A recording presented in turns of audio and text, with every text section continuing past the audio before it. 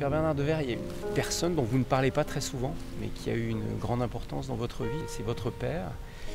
En quoi il vous a habité tout au long de ces 30 années d'Habitat Humanisme? L'histoire de mon père, l'histoire d'une résistance. Il est déporté dans les camps de concentration pour avoir fait du sabotage. Cet homme revient et finalement il se dit quel sens donner en fait à la vie. Il vit l'absurde et il croit qu'en fait l'absurde peut être détruit sans faire de grands mots en fait par l'amour.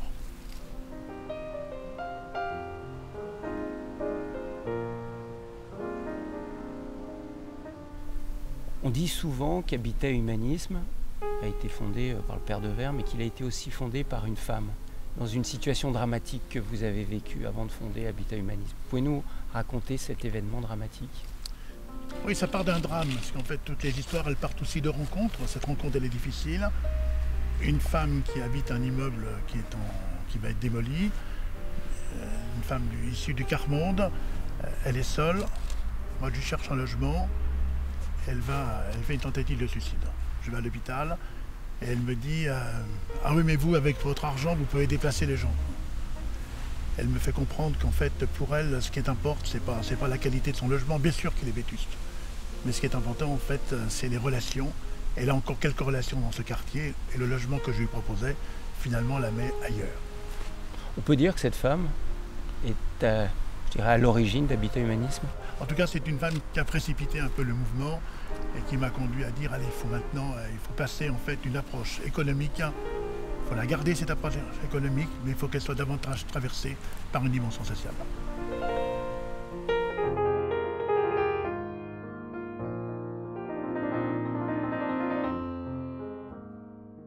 En 1985, je suis le dirigeant d'une petite société de promotion lyonnaise qui travaille en ville et qui fait du logement collectif. Et je rencontre Bernard Devers qui m'explique son idée, puisque c'était l'idée de base d'Habitat Humanisme, de relier l'économie et le social. Et je reconnais que je suis extrêmement dubitatif de vouloir mélanger cette activité hautement capitaliste avec le logement social ou très social. C'était une innovation, je crois pratiquement unique en France, de vouloir mélanger les bénéfices des opérations immobilières quand il y en a, pour faire du logement social au même endroit, c'est-à-dire à quelques mètres d'un immeuble classique et traditionnel. Son projet étant de pouvoir mettre des personnes en difficulté dans n'importe quel immeuble, de n'importe quel standing, sachant toute la difficulté que des personnes ont à se faire accepter dans le milieu qui n'est pas le leur. Donc, je pense que très vite, il a pensé que ces personnes-là, il fallait qu'elles soient accompagnées. Et c'était son leitmotiv. Je me rappelle bien de réunions à Habitat Humanisme où il disait il faut absolument que ces personnes-là soient reconnues. Et si vous, bénévoles, vous allez les visiter et vous êtes en contact avec elles, ça prouvera qu'elles ne sont pas isolées, qu'elles sont comme les autres. Dans les années 85, la question du logement a été posée de différentes façons d'ailleurs.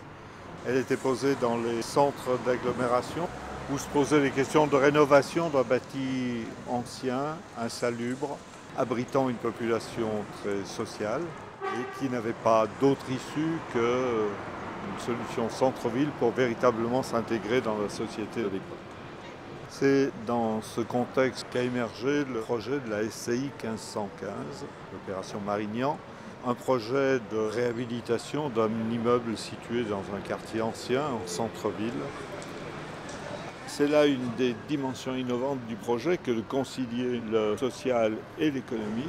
Et je crois que c'est un des éléments qui a dynamisé effectivement tous les gens qui ont souhaité participer là au projet. C'était quelque chose, enfin, se dire qu'un investissement pouvait être productif de mieux-être social. Alors Habitat et Humanisme et Bernard Devers, qui en était l'incarnation, ont été considérés au tout début absolument comme des concurrents par le milieu professionnel et des concurrents difficiles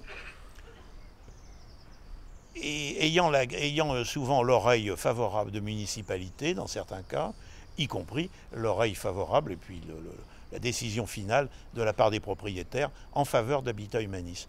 Donc cette concurrence a été mal vécu. Et moi, j'ai eu de nombreuses remarques acerbes, pour ne pas dire autres, non seulement de manière privée, mais même en public, ou en disant que Habitat Humanisme venait rompre l'harmonie d'une profession qui n'en avait pas besoin, quoi. Je pense qu'il a beaucoup dérangé et que ça a été en même temps une telle proposition très concrète, puisque il y avait le logement, mais il y avait toute la partie financière qui mettait en route parallèlement à ça et qui devait appuyer complètement sa démarche de trouver des logements avec tout ce qu'il a construit par la suite. Mais je pense qu'au départ, c'était quelque chose qui a beaucoup dérangé. Autre immeuble marquant dans l'histoire d'Habitat Humanisme, c'est la Cour des Voraces, à la Croix-Rousse, à Lyon. On m'a dit mais c'est pas possible, vous n'allez pas faire une réhabilitation extrêmement lourde avec 57 familles qui habitent cet immeuble. Et en fait, ça a été une négociation avec d'abord les familles. 2 ont simplement refusé, je peux comprendre d'ailleurs qu'elles refusent, elles savaient que ça allait être lourd, difficile, etc. Et les autres, ça a été un enthousiasme de dire en fait, cet immeuble c'est un lieu de résistance précisément, et bien nous allons lui donner ensemble une nouvelle histoire. Il y a une expression que vous utilisez beaucoup dans la vocation d'Habitat Humanisme, réconcilier l'humain et l'urbain. Qu'est-ce que ça veut dire? On voit bien comment se construit la ville, comment se construisent les agglomérations. Il y a un étalement des territoires, en fait, et ça entraîne l'éloignement des plus pauvres. Et donc, pour qu'il y ait une réconciliation, on ne se réconcilie pas à distance. On se réconcilie en fait au cœur d'une rencontre. Et donc, comment faire en sorte que cette réconciliation de l'urbanisme, de cet humain et cet urbain, permette à faire en sorte à ceux qu'on a éloignés, qui se sont tenus à distance, de leur dire « vous avez votre place au cœur de la ville ». Placer l'habitat au centre de la vie, enfin, ça n'est pas simplement un problème de logement, c'est une façon de vivre. Et c'est pas supportable de penser qu'il y a tellement de gens qui ne peuvent pas vivre complètement parce qu'ils n'ont pas de logement, et aussi parce que la ville présente des formes d'habitat qui sont très pénalisantes, enfin qui sont dissociantes, qui vont contre la société dans son ensemble, qui partagent les quartiers entre les quartiers pauvres et des quartiers riches, les vieux des jeunes. Car il s'agit de construire des biens comme un bâtisseur, mais des biens, pour quoi faire? Et en fait, la réponse, précisément, qu'essaye de donner Habitat Humanisme, ce sont des biens au service des liens. Comment ces biens vont construire des liens. Cet endroit m'aide beaucoup dans l'éducation des enfants. Surtout que là, ils sont adolescents et ça me protège, mes enfants. Avec 2 garçons, que c'était pas possible pour moi. C'était des proies faciles. Parce que les dealers, tout ça, on a eu déjà une très mauvaise expérience dans la famille, ça m'a traumatisée et j'avais très peur. Le quartier est très classe, hein, faut pas avoir honte de le dire. Hein.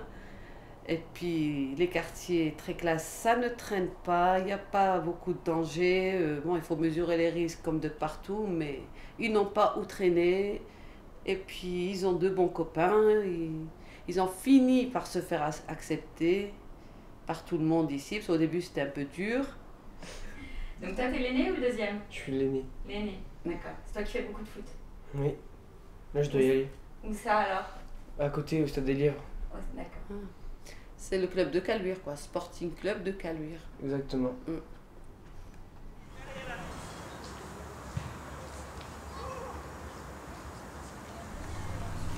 Sur cette diversité sociale, il y a vraiment de belles histoires. À Versailles, par exemple, dans le quartier Notre-Dame, donc le quartier le plus bourgeois en fait de la ville de Versailles. Alors, le maire de Versailles, à l'époque, Étienne Pinte, me fait venir, il me dit, vous savez, je vous invite au conseil municipal, on vous donnera la parole à un moment avec une réunion avec le responsable de l'urbanisme et du logement, mais mes collaborateurs ne sont pas favorables. Alors bon, je présente l'opération et puis il y a une personne, l'adjointe au logement, qui dit « Mais monsieur le maire, vous n'y pensez pas ?» Et je lui dis « Mais pourquoi je n'y pense pas ?» Ah mais vous vous rendez compte, on ne va jamais repasser avec un tel projet. Et alors il était une peine de dire en fait, mais la question c'est pas de repasser. Je ne me suis pas fait élire pour cela, je me suis fait élire pour faire passer des projets. Alors c'est vrai que dans un quartier qui n'était pas nécessairement prédestiné à recevoir une structure d'accueil sociale ou très sociale, dans un premier temps, il y a eu certaines réserves, pour ne pas dire plus. Et puis petit à petit, grâce au dialogue, à l'explication, à la pédagogie, on est arrivé à faire accepter le projet. Et puis quand ils ont vu que le projet je dirais, fonctionnait bien, de façon équilibrée, harmonieuse. Une partie du voisinage s'est prise au jeu et a participé à l'accompagnement de ces personnes. Alors, qu'est-ce qui a apporté? C'est toi, Marcelène, les belles chouquettes? Oui, les chouquettes. Dis donc, sur le chemin, tu nous as apporté ça. Génial. En plus, dis donc, une bonne adresse. Alors l'accompagnement est absolument l'élément tout à fait majeur. Au fond, si on devait me dire aujourd'hui, mais Habitat Humanisme, au bout de 30 ans, quelle est votre joie? Alors bien sûr, ma joie, c'est de trouver des hommes et des femmes qui, à partir de ce logement, ont pu se reconstruire. On a construit des logements pour permettre à des gens de se reconstruire. Mais aussi, on a vu des personnes, des accompagnants qui sont venus un petit peu inquiets par rapport à cette population pauvre, etc. Mais qui sentaient bien que là, il y avait quelque chose de juste. Et qui, à travers la rencontre, précisément la rencontre, ce sont des personnes qui, en fait, eux-mêmes ont changé. Sont ouverts à des perspectives qu'elles n'imaginaient pas. L'improbable de la rencontre. Je m'appelle Françoise, je suis bénévole en accompagnement et j'ai rencontré Madame Chérif, nous avons sympathisé tout de suite et c'est très agréable de la connaître. C'est moi qui Et voilà, alors donc j'allais la voir, on a fait des démarches, on est allé chercher des meubles chez Emmaüs, je suis allé la voir, enfin bon. Et puis je me suis cassé la jambe. Et voilà, et je l'ai téléphoné pour lui dire que je ne pouvais pas aller la voir, que je ne pouvais pas conduire. Donc elle m'a dit, mais c'est moi qui vais venir. Voilà, alors maintenant la bénévole reçoit la visite de nos filles-là. Je suis venue la voir avec mes enfants qui ont beaucoup apprécié, qui tenaient à venir aussi. Parce qu'on n'oubliera jamais le bonheur que Habitat Humanisme nous a apporté. Et la première fois quand on est rentré à l'appartement, c'était Françoise qui nous avait accompagnés. Et c'était une grande joie qu'on n'oubliera jamais. C'est vraiment un échange, même culturel. Oui. Un échange culturel, il y a beaucoup de tolérance. Et en fait, moi aussi, je me suis ouverte à une autre société parce que j'arrive d'une société quand même qui est différente. Et avec notre échange et tout ça, je m'ouvre sur notre société. Et il y a un échange de culture qui est présent. Et c'est énorme. Et en fait, j'ai appris à donner aussi, parce que j'ai tellement reçu aussi. On essaye de permettre aux gens de recevoir aujourd'hui et de donner demain. D'être accompagnés aujourd'hui, d'être accompagnants demain. Et c'est vraiment ça le chemin. C'est le chemin de moi aujourd'hui faible, mais en fait potentiellement fort, qui va accompagner demain quelqu'un qui deviendra plus fort que moi et ainsi de suite. En quoi vous avez évolué depuis 30 ans autour de cette notion de diversité sociale? Alors en 30 ans, cette évolution, elle s'est faite d'abord en tenant compte des difficultés de cette diversité sociale. Et donc ça nous a conduit aussi à réfléchir et de se dire des gens qui sont en situation d'échec, ne les mettons pas dans une situation aussi d'échec, parce qu'en fait la socialisation, la rencontre de l'autre, souvent en fait ça demande une préparation.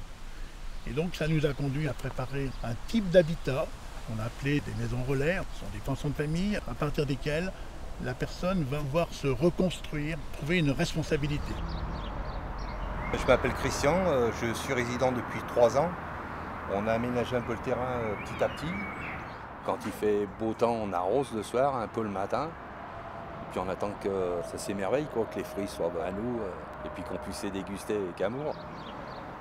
Je me suis retrouvé avec plus rien, mais ce qui s'appelle plus rien. Et j'étais un peu errant dehors et j'ai repris goût à la vie et je me suis senti mieux qu'avant. Et une fois que j'ai été hospitalisé, peu de temps après, j'ai quitté la psychiatrie, puis je me suis retrouvé ici, puis je me suis trouvé bien, On participe en équipe, on se trouve des fois 2, 3, 4, et on organise notre objectif de ce qu'on a envie de faire ensemble, on en parle, puis après on réalise. J'ai acheté un cadeau.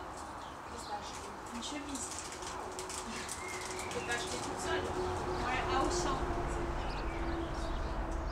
Bernard Devers, vous avez développé depuis quelques années l'habitat intergénérationnel. Pourquoi cette nouvelle initiative? L'habitat intergénérationnel, c'est pour non pas tant prouver, mais pour essayer d'éprouver la chance d'un habitat à partir duquel on va vivre des rencontres un peu plus fortes, parce que cet habitat, c'est aussi un habitat où on doit apprendre à être attentif à l'autre, attentif à sa vulnérabilité. Et donc chacun se dise, mais finalement on a besoin de moi. Bon, le drame de cette société, c'est que beaucoup se disent, finalement, je ne sers pas à grand chose. Je suis en fait aussi un peu un étranger. On est indifférent, cette mondialisation de l'indifférence. L'habitat intergénérationnel est destiné à notamment des personnes âgées dont les retraites ont diminué, des femmes seules avec enfants qui connaissent une précarisation et une solitude alourdie et assez peu accompagnée finalement en France. Donc c'est un vrai intérêt pour ces femmes de pouvoir vivre dans un soutien convivial qui est un petit peu une substitution à la famille. Et des jeunes qui, on le sait, sont aussi aujourd'hui en situation de précarité avec des difficultés d'accès à l'emploi importantes. Donc c'est une rupture de l'indifférence. Alors un lot d'exemples. À Lyon, sur l'ancien site des Présidents de Lyon, cette symbolique de l'enfermement va devenir en fait une symbolique de l'ouverture. Sur 130 logements, 100 sont proposés à des étudiants et les autres à des personnes adultes qui sortent de l'hôpital et qui ne peuvent pas bénéficier d'hospitalisation à domicile. Et on demande à l'étudiant, on lui dit voilà, tu vas trouver un logement de qualité, est-ce qu'on peut te demander un service? Quel service? Celui de prendre soin de ces personnes. C'est dingue de se dire que juste avec une présence, on peut apporter son aide. En fait. Juste avec, en jouant aux cartes ou en allant faire 2-3 courses, des choses qui nous coûtent pas grand-chose en soi, peuvent apporter beaucoup à une personne. Habitat Humanisme a été contraint en fait d'inventer. Parce qu'il y a une sorte de fragilité sociale lorsqu'on la prend en compte qui oblige en fait à dire on baisse les bras. Mais donc ça c'est pas l'action d'Habitat Humanisme. Hein. Il s'agit précisément de lever et de se faire se lever pour arriver à trouver un type d'habitat qui réponde aux attentes et aux ressources des personnes.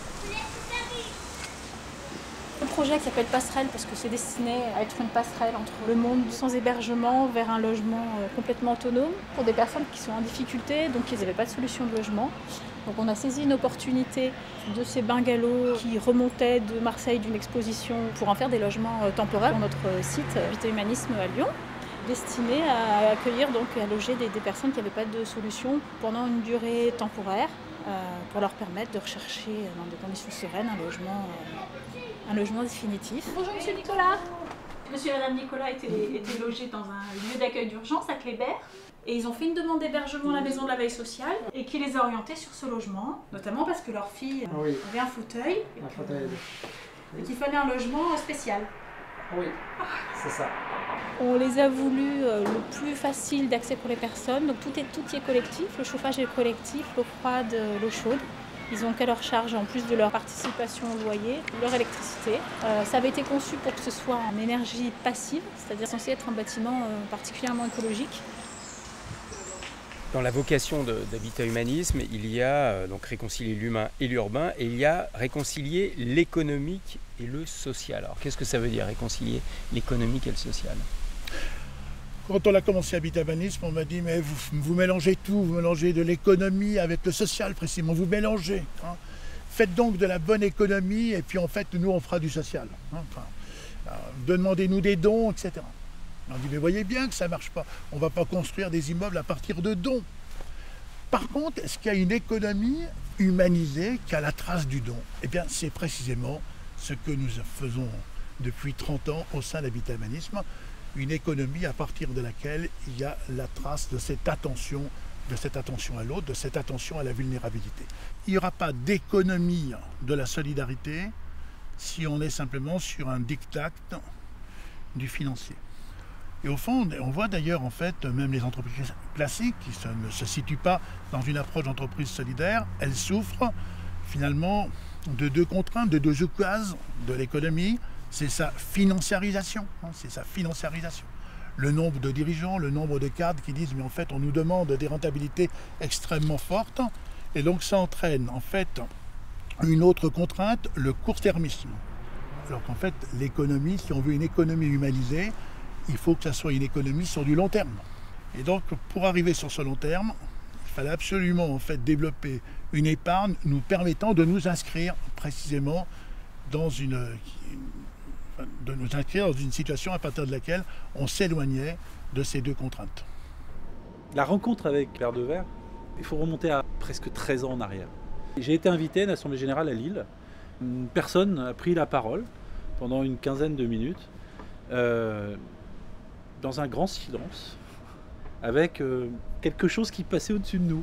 Cette personne, c'était Père de Verre et il était en train de nous expliquer Habitat Humanisme, en train de parler de la notion de la solidarité et de l'insertion par le logement. Et moi, ça m'a bluffé. Et on commence à discuter. Et là, je lui dis, mais et si on dessinait un livret? Parce que le livret, c'est quelque chose de populaire. Un truc très simple. Avec capital garanti, argent disponible quand on veut. On peut mettre 10 €, qu'on peut mettre 10 000 €. Et la moitié des intérêts serait automatiquement donnée à Habitat Humanisme. La première fois qu'on a vu débarquer ce terme d'épargne solidaire dans la loi, dans le Code du travail, puisque c'est le Code du travail qui a ainsi inséré cette mesure, nous, gérants d'actifs, on ne savait concrètement pas de quoi il s'agissait. C'est ça qui a été clé, c'est-à-dire finalement que les gestionnaires d'actifs rencontrent des acteurs de l'économie solidaire, typiquement comme Habitat Humanisme, c'est vraiment l'exemple typique, qui étaient à la fois des entreprises solidaires et des entreprises solides, c'est-à-dire solides sur le plan de l'équipe de gestion, enfin l'équipe qui anime l'Habitat Humanisme, solides sur le plan de l'actif dans lequel nous allons investir, et solides dans la personnalité aussi des gens qui animent l'association. Et vraiment, ça a été... Alors, Habitat Humanisme est un bon exemple, il y en a d'autres, mais celui-là est particulièrement important. Et en fait, le fit est passé entre ces gérants d'actifs qui avaient l'habitude de travailler avec des grosses sociétés cotées et puis des entreprises solidaires telles qu'Habitat Humanisme. Le fit est passé et du coup, c'était le début d'une histoire qui dure aujourd'hui et qui ne fait qu'embellir finalement. En fait, on a dépassé un peu cette approche de l'épargne solidaire. Quand on a commencé il y a 30 ans, est-ce que vous ne voulez pas donner du sens à votre argent? La réponse, c'est une épargne qui s'inscrit dans la solidarité. Et aujourd'hui, la question qui est posée, c'est pas simplement voulez-vous donner du sens à votre épargne, mais c'est en fait une question qui est largement partagée. Quel sens donner à l'économie? Moi, j'ai la conviction que dans 50 ans ou un peu plus, l'économie qu'on a connue, on dira, mais en fait, c'était une économie de barbares, c'était une économie des puissants. Et que cette puissance, elle laisse des gens au bord du chemin. C'est une guerre, en fait, une guerre. Il y a des blessés, il y a même des morts de cette économie, des gens qui ne s'en relèvent pas. Et bien, précisément, cette tendresse de l'économie, c'est de dire, en fait, est-ce qu'il n'y a pas une invitation à penser autrement ce que nous réalisons? Bernard Devers, quand vous vous retournez sur ces 30 années qui viennent de s'écouler, qu'est-ce qui vous donne le plus de joie? Ma joie, c'est celle précisément à la fois de ces familles qui ont pu se reconstruire. Certaines de ces familles ont pu nous rejoindre, c'est-à-dire nous ont rejoints en termes d'accompagnement. Donc ça, c'est en fait ce qu'elles ont reçu, elles nous le partagent. Et elles nous partagent bien au-delà même de ce qu'elles ont reçu, parce que naturellement, elles ont une expérience tellement forte qu'elles nous font progresser. Donc ça, c'est véritablement ma joie. Et puis l'autre joie, c'est précisément tous ces bénévoles qui sont, on dit souvent Habitat Humanisme, mais en fait, ce sont des personnes un peu privilégiées par la vie qui rejoignent ce mouvement. Et bien, dans le privilège qui est le leur, finalement, elles se laissent aussi toucher par ces difficultés de vie.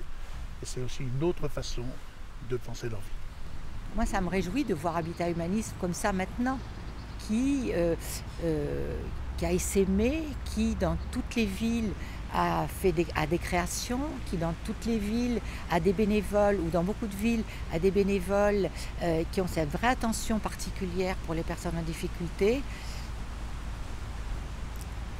Il n'y a que de l'espérance là-dedans. Il n'y a que de l'espérance. Donc voilà.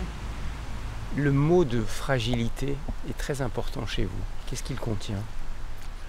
Ce mot de la fragilité, pour moi, est un mot important, parce que dans la fragilité, je découvre ce qu'est la personne. Au fond, comme beaucoup d'autres, mais puisque vous me posez la question personnelle, je vais répondre personnellement, j'ai aussi ces tentations de puissance. J'ai créé une société de promotion, il y avait aussi le désir de l'argent, etc. Et finalement, j'ai trouvé tout ça un petit peu vain. Et que je suis passé en fait d'une approche de la puissance à une approche de la rencontre de ma propre connaissance de ma fragilité. Enfin, pourquoi je m'inscrivais dans cette perspective-là. J'ai compris aussi toute la vanité de ce que cela représentait. Et à partir en fait de l'accueil de ma fragilité, ça m'a permis de rencontrer aussi la fragilité de l'autre, la vulnérabilité de l'autre. Et cette vulnérabilité partagée, alors elle dessine un avenir qui est un avenir infiniment plus humain, un avenir qui est aussi pour moi une approche spirituelle.